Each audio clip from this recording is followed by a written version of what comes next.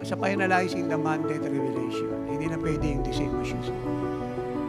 Nung sinabi po ng Diyos that He's doing a new thing, ibig sabihin, hindi tayo pwedeng the same as usual.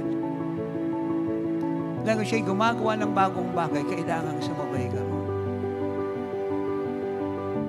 Siya po'y nagre-require ang tuloy-tuloy na pagsunod sa Diyos. Tuloy-tuloy na move sa Holy Spirit.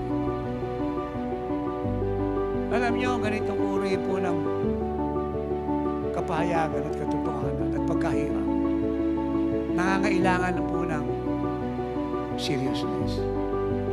And when we talk about seriousness, it simply means you have to go beyond your feeling, emotion, or should I add S, emotions, and sympathy.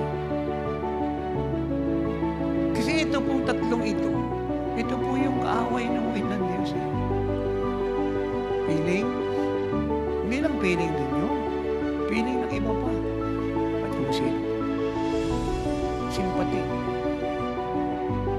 Hindi lang emotion nyo, ng marami pa.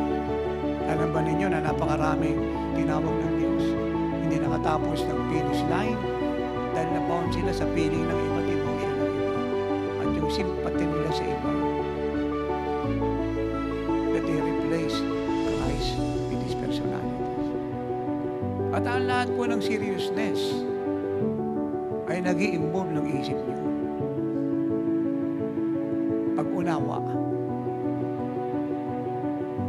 pakikinig, disiplinadong buhay, at paulit-ulit na pag-intindi ng utos ng Diyos, ng kapahayagan, hanggang makonsumo kayo nito.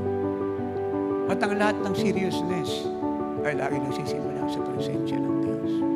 Kaya yung mag-spend kayo ng maraming oras at panahon sa Panginoon ay napakahalaga. It must not be a routine, but it must be your life. Everyday life.